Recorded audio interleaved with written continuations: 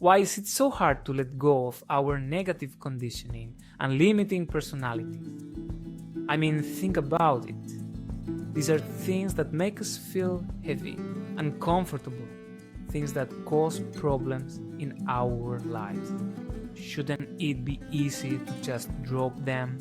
But it's not that simple, is it? And maybe you felt this yourself.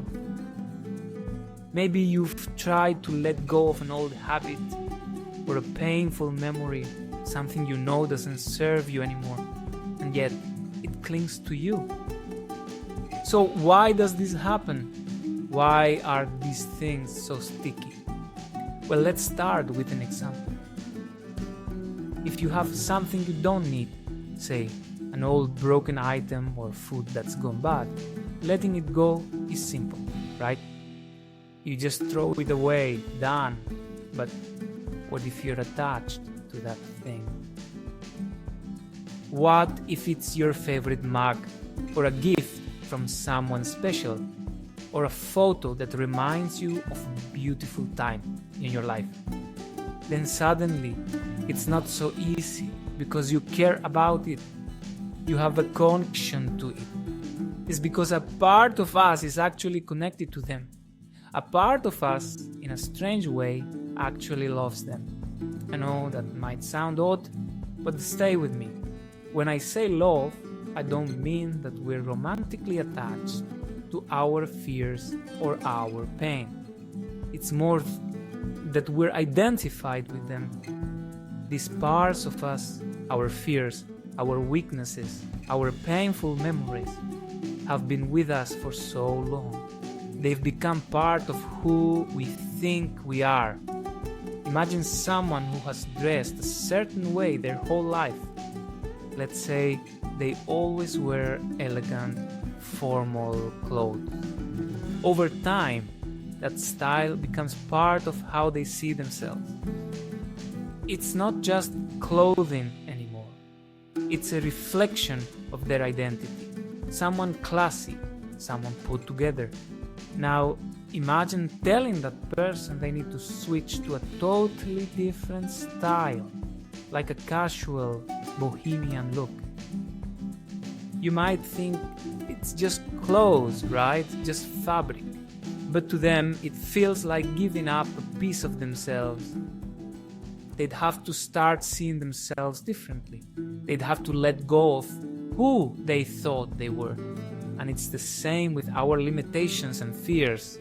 They've been with us for so long that we see them as part of who we are. We might even feel a strange sense of comfort in them simply because they're familiar. So the real reason it's hard to let go of these parts of ourselves isn't because we don't want to change. It's because on some deep level, we're attached to them. We feel like they're a part of us. Alright, so now that we understand why it's so hard to let go, because we're actually attached to these parts of ourselves, let's dive into the big question: how can we actually let go? And here's the answer in just 2 words: energy equivalence. Now, that might sound a bit mysterious, so let me break it down. To really let go of something that's deeply rooted in us, whether it's a fear, a limiting belief, or a painful memory, we need to match the intensity of that attachment with an equally strong level of energy and awareness. In other words, the deeper the pain, the stronger the habit, the more powerful we have to be to truly let it go. A lot of people believe that if we just understand our issues, if we gain enough insight, we can let them go. And yes, understanding can help, but letting go isn't only about knowing what's wrong. It's about having the energy to face it head on and dissolve it. It's kind of like trying to pull a deeply rooted plant out of the ground. You can look at it all you want, analyze it, understand how it got there, but to actually remove it, you need to bring the strength to pull it up from the roots. So, if If you're wondering how to let go, the answer isn't just to know more or think different. The answer is to build your energy. How do we do that? Let's get into it. Alright, so if letting go requires an energy, the next question is, how do we actually build that energy? Let me share a bit from my own experience as a shaman. In shamanic practice, we don't just dive straight into healing or transformation. Before we confront something deep, whether it's a trauma, a fear, or a limiting belief, we go through a process to raise our energy. For example, before I begin a healing ritual, I don't just sit down and expect the work to happen on its own. I prepare myself physically, mentally, and energetically. I might start by dancing, feeling the rhythm wake up every cell in my body. I might do specific breathing exercises to increase my focus and my life force. Sometimes I'll even plunge into cold water to shock my system awake, to bring myself fully into the present. None of these actions are random. They're all designed to help me enter a state of high energy and heightened awareness.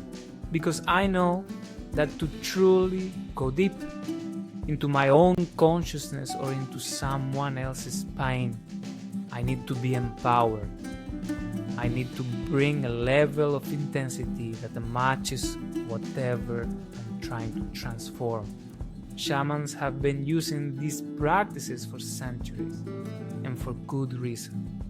When we're fully energized, we're able to go beyond our usual limits. We can access those hard-to-reach parts of ourselves, those places we might otherwise avoid or ignore. With enough energy, we're able to confront them, see them clearly, and finally, let them go. Or look at yogis. They do something similar, just in a different form. Before they sit down to meditate, they practice intense postures and breath work, preparing their bodies and minds. By the time they're ready to meditate, they've built up a reservoir of energy, and that energy helps them dive deeper into their own consciousness. In both shamanism and yoga, letting go isn't something passive. It's not about sitting back and hoping that things will dissolve on their own. It's about being fully awake, fully present, fully empowered.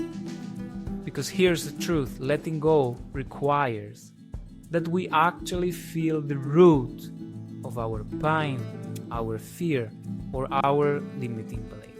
And that takes a lot of energy. You need to be strong enough to look at it without flinching, to sit with it without running away. So you might be wondering, alright, that's great for shamans and yogis, but how can I build that kind of energy in my own life? The truth is, you don't have to be a shaman or a yogi to do this. There are many ways to raise your energy, and the key is to find what works for you. The goal is to engage in activities that make you feel alive, empowered, and fully present. Think about those moments when you feel totally in the flow, when you're so engaged in something that time just seems to disappear. Maybe it's when you're running, dancing, or pushing yourself in a walk that leaves you feeling strong and grounded. Maybe it's being out in nature, surrounded by trees, breathing in the fresh air. Or maybe it's through something creative, painting, playing music, writing, anything that makes you feel connected to yourself. The point here is consistency.